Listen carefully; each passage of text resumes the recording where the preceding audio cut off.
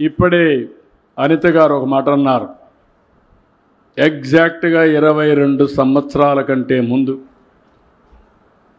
వెంకటేశ్వర స్వామికి పట్టు వస్త్రాలు ఇచ్చే సాంప్రదాయం ముఖ్యమంత్రిగా నేను వెళ్ళాను.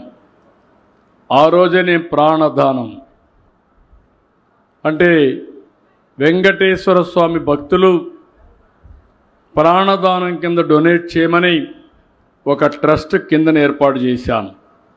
రోయల్ హాస్పిటల్లో ఇనాగరేట్ చేశాను. పోతూ ఉంటే 24 క్లేమోర్ మైన్స్ నా మీద బ్లాస్ట్ చేశారు ఆ రోజు తీవ్రవాదులు. మామూలుగా ఎవ్వరూ బయటపడరు. ఒక బాంబు వేస్తేనే ఏమవుతాం మీకు తెలుసు. అలాంటిది 24 బాంబులు వేస్తే సాక్షాత్తు వెంకటేశ్వర స్వామి దిగొచ్చి నాకు ప్రాణభిక్ష పెట్టాడని చెప్పి మీ అందరికీ విజ్ఞప్తి చేస్తున్నా. నన్ను ఒక పర్పస్ కోసం బతికిచ్చాడు, ప్రాణభిక్ష పెట్టారు. నేను ఎప్పుడు ఆయన పాదాల దగ్గర ఎప్పుడు మా ఇంట్లో నుంచి చూస్తే 7 నామాలు కనపడొస్తాయి. అటు సైడ్ మంగాపురం చూస్తే అలాంటిది నేను ఎప్పుడూ గుర్తుపెట్టుకుంటాను. పవిత్రమైన భావంతో పనిచేస్తాం. ఎన్టీ రామారావు గారు మొట్టమొదటిసారిగా అన్నదానం ప్రవేశపెడితే ఈరోజు వెంకటేశ్వర స్వామి ఆ అన్నదానం 2300 కోట్లుంది. వచ్చే ఆదాయంతోనే పెట్టగలుగుతున్నాం. వడ్డీ మళ్ళా వస్తూ ఉంది. అందుకే మొన్న ఒక నిర్ణయం తీసుకున్నా. వెంకటేశ్వర స్వామి మేనేజ్ చేసే టీటీడీ మేనేజ్ చేసే అన్ని దేవాలయాల్లో కొండపైన ఏ విధంగా అయితే భోజనం పెడుతున్నారో అన్ని దేవాలయాల్లో అన్నదానం ఏర్పాటు చేసే కార్యక్రమానికి శ్రీకారం చుట్టా.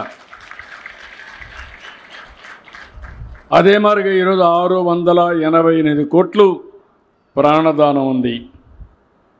ఆ నిధులను కూడా సమీకరించి పెద్ద ఎత్తున తిరుపతిలో ఉండే అన్ని హాస్పిటల్లన్నీ ఒక గొడుగు కింద తీసుకొచ్చి వాళ్ళందరికీ ఆరోగ్య చికిత్సలు అందించే విధంగా రాష్ట్ర ప్రభుత్వం ఇచ్చే డబ్బులే కాకుండా అదనంగా ఒక కార్యక్రమం తీసుకున్నాం.